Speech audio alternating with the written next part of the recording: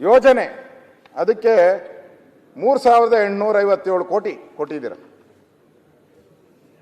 ಅದಕ್ಕೆ ಅನುದಾನ ಲಭ್ಯ ಇರೋದು, ಒಟ್ಟು ವೆಚ್ಚ ಮಾಡಿರೋದು ಅವರು 1,081 ಕೋಟಿ. ಹತ್ತತ್ರ 3,000 ಕೋಟಿ ಬಿಡುಗಡೆ ಕೊಟ್ಟಿರೋದು. ಅದಕ್ಕೆ ಇವ್ರು ಖರ್ಚು ಮಾಡಿರೋದು 1,081. ಅವ್ರಿಗೆ 19%. ಇವರು ಈ ಥರ ನಗರಾಭಿವೃದ್ಧಿ 26,678 ಕೋಟಿ. ಒಟ್ಟು ವೆಚ್ಚ 5,363 ಕೋಟಿ. 26,000 ಕೋಟಿಯಲ್ಲಿ 5,000 ಖರ್ಚು ಮಾಡೋರು. ಅನುದಾನ ಅವ್ರಿಗೆ ಅಲಾಟ್ ಆಗಿರೋದು 19%.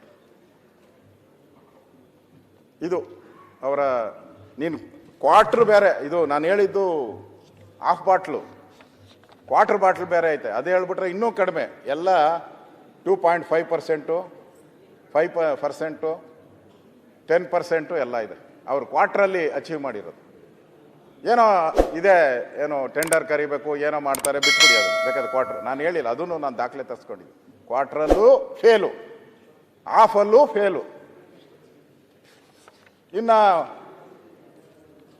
ಇನ್ನು ಮುಗಿದೋದ್ಮೇಲೆ, ಈ ವರ್ಷ ಮುಗಿದೋದ್ಮೇಲೆ ಏನು ಮಾಡ್ತೀರಾ ಇಲಾಖೆ ಹಣನ? ಅದರಿಂದ ಇವತ್ತು ಎಲ್ಲ ಇಲಾಖೆಯಲ್ಲೂ ಕೂಡ ಈ ಥರ ಫೇಲ್ ಆಗಿರೋದನ್ನ ನಾವು ನೋಡ್ತಾ ಇದ್ದೀರಿ ಅಧ್ಯಕ್ಷರೇ. ಇವತ್ತು ಈ ಬೆಳಗಾವಿ ಅಧಿವೇಶನದಲ್ಲಿ ನಾನು ಇಷ್ಟೊಂದು ಹೇಳಿದ್ದೀನಿ. ನಾನು ತಮಗೆ ಇನ್ನು ಲಾಸ್ಟಿಗೆ ಬರ್ತಾ ಇದ್ದೀನಿ. ಇದು ಈ ಕಲ್ಯಾಣ ಕರ್ನಾಟಕದ ಸಮಸ್ಯೆಗಳು. ಈಗ ಇಷ್ಟೊತ್ತು ನಾನು ಏನು ಹೇಳಿದೆ, ಏನೇನು ಹೇಳಿದ್ರಿ, ಏನೇನು ತಪ್ಪು ಮಾಡಿದ್ರಿ, ಏನೇನು ಮೋಸ ಮಾಡಿದ್ದೀರಿ ಅಂತ ಹೇಳಿದ್ದೀನಿ. ಈ ಕಲ್ಯಾಣ ಕರ್ನಾಟಕದ ಸಮಸ್ಯೆಗಳು, ಅದರಲ್ಲೂ ಉತ್ತರ ಕರ್ನಾಟಕದಲ್ಲಿ ಕಲ್ಯಾಣ ಕರ್ನಾಟಕ ಭಾಳ ಹಿಂದುಳಿದು ಇರೋದು ತಮಗೂ ಗೊತ್ತಿದೆ. ಇಲ್ಲಿ ಸಮಸ್ಯೆ ಏನು ಅಂತ ಹೇಳಿದ್ರೆ 2024-25ರಲ್ಲಿ 53 ಪದವಿ ಕಾಲೇಜುಗಳಲ್ಲಿ, ಇದೊಂದು ಇಂಪಾರ್ಟೆಂಟು ನೋಡಿ, ತಾವು ಕೇಳಿಸ್ಕೊಳ್ಳೇಬೇಕು, ಶೂನ್ಯ ಫಲಿತಾಂಶ. 24-25ರಲ್ಲಿ ಕಲ್ಯಾಣ ಕರ್ನಾಟಕದ 53 ಕಾಲೇಜುಗಳಲ್ಲಿ ಪದವಿ ಪೂರ್ವ ಪರೀಕ್ಷೆಯಲ್ಲಿ ಶೂನ್ಯ ಫಲಿತಾಂಶ. ಮೂಲ ಕರ್ನಾಟಕ ಸರ್ಕಾರದ ಯೋಜನಾ ಇಲಾಖೆಯಿಂದ ತಗೊಂಡಿರೋ ವರದಿ. ಶೂನ್ಯ 53 ಕಾಲೇಜು. ಕಲಬುರಗಿ ಜಿಲ್ಲೆ 22 ಕಾಲೇಜು ಶೂನ್ಯ ಫಲಿತಾಂಶ. ಬೀದರ್ 16, ಯಾದಗಿರಿ 6, ಬಳ್ಳಾರಿ 5, ಕೊಪ್ಪಳ 2, ರಾಯಚೂರು 2 ಶೂನ್ಯ ಫಲಿತಾಂಶ. ಗಮನಿಸಬೇಕು, ಭಾಳ ಇಂಪಾರ್ಟೆಂಟು. 5 ಮೊರಾರ್ಜಿ ದೇಸಾಯಿ ಶಾಲೆ, ಅಲ್ಲೇ ಮಕ್ಕಳು ಅಲ್ಲೇ ಇರ್ತಾರೆ, 24 ಗಂಟೆ ಅಲ್ಲೇ ಇರ್ತಾರೆ, ಅಲ್ಲೇ ಪಾಠ ಮಾಡ್ತಾರೆ. ಅಲ್ಲೇ ನಾನು ಕೂಡ ಗ್ರಾಮ ವಾಸ್ತವ್ಯ ಮಾಡಿದಾಗ ಅಲ್ಲೇ ಇದ್ದೆ. ಎಲ್ಲ ನನ್ನ ಗ್ರಾಮ ವಾಸ್ತವ್ಯ ಅಲ್ಲೇ ಇರ್ತಾ ಇದ್ದೆ. ಅಲ್ಲಿ ಅಲ್ಪಸಂಖ್ಯಾತರ ಕಾಲೇಜ್, ಅದು ಮೈನಾರಿಟಿ ಕಾಲೇಜ್, ಶೂನ್ಯ ಫಲಿತಾಂಶ. 5 ಮೊರಾರ್ಜಿ ಶಾಲೆಯ ಅಲ್ಪಸಂಖ್ಯಾತರಿಗೆ ಶೂನ್ಯ ಫಲಿತಾಂಶ. 2020-25ರ SLC ಪರೀಕ್ಷೆಯಲ್ಲಿ ಕಲ್ಯಾಣ ಕರ್ನಾಟಕ ಕೊನೆಯ ಸ್ಥಾನ. ಕಲಬುರಗಿ ಜಿಲ್ಲೆ ಫಲಿತಾಂಶ 42.43%. ಮಂಗಳೂರದು ಜಾಸ್ತಿ, 60 ಮೇಲೆ ಹೋಗ್ತಿದೆ. ಕಲ್ಯಾಣ ಕರ್ನಾಟಕದಲ್ಲಿ ಹೇಳಿದ್ರು ಮುಖ್ಯಮಂತ್ರಿಗಳು, 21,000 ಶಿಕ್ಷಕರ ಹುದ್ದೆಯನ್ನು ನಾನು ಭರ್ತಿ ಮಾಡ್ತೀನಿ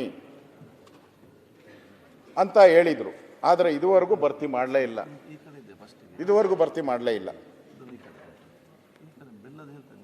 ರಾಜ್ಯದಲ್ಲಿ ಅತಿ ಅಪೌಷ್ಟಿಕತೆ ಒಳಗಾದ ಜಿಲ್ಲೆಗಳ ಪಾಲಿಗೆ ಕರ್ನಾಟಕ ಮುಂದೆ ಇದೆ. 56,244 ಮಕ್ಕಳು ಅಪೌಷ್ಟಿಕತೆ ಇದೆ. 50,224 ಮಕ್ಕಳು ಅಪೌಷ್ಟಿಕತೆ ಕಲ್ಯಾಣ ಕರ್ನಾಟಕದಲ್ಲಿ.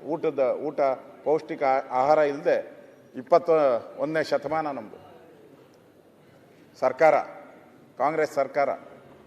ಅಪೌಷ್ಟಿಕತೆ ವರದಿ ಕರ್ನಾಟಕ ಸರ್ಕಾರದ ಸಾಂಖ್ಯಿಕ ಇಲಾಖೆ ವರದಿ ಕೊಟ್ಟಿರೋದು. ನಾನು ಇದನ್ನು ಹೇಳ್ತಾ ಇದ್ದೀನಿ. ರಾಜ್ಯದ ಆದಾಯ, ತಲಾ ಆದಾಯ, ಬೆಂಗಳೂರಲ್ಲಿ ತಲಾ ಆದಾಯ 7,25,000 ಇದೆ. ತಲಾ ಆದಾಯ 7 ಲಕ್ಷ.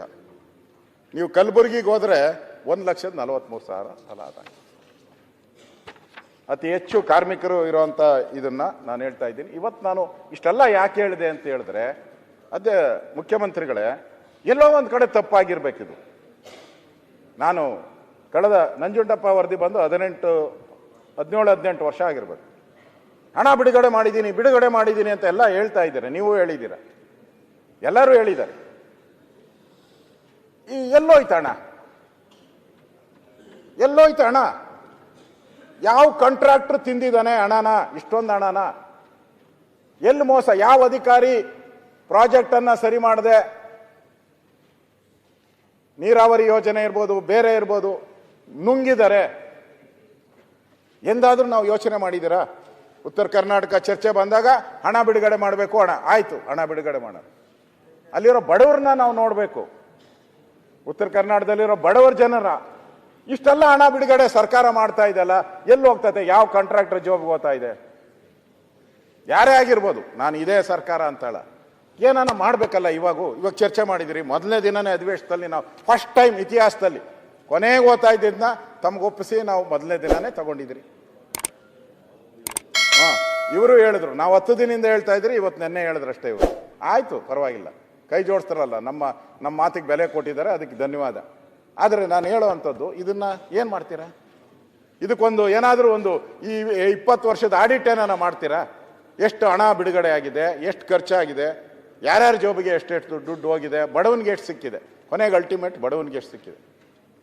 ಇದು ನನ್ನ ಡಿಮ್ಯಾಂಡ್, ಮೈ ಡಿಮ್ಯಾಂಡ್.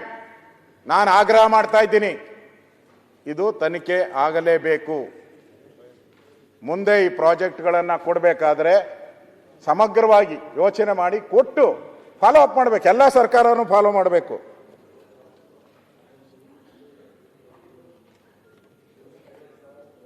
ಅನ್ನೋದು ಅಧ್ಯಕ್ಷರೇ, ಈ ಡಿಮ್ಯಾಂಡನ್ನು ನಾನು ಇವತ್ತು ಮಾಡ್ತಾ ಇದ್ದೀನಿ. ಇವತ್ತು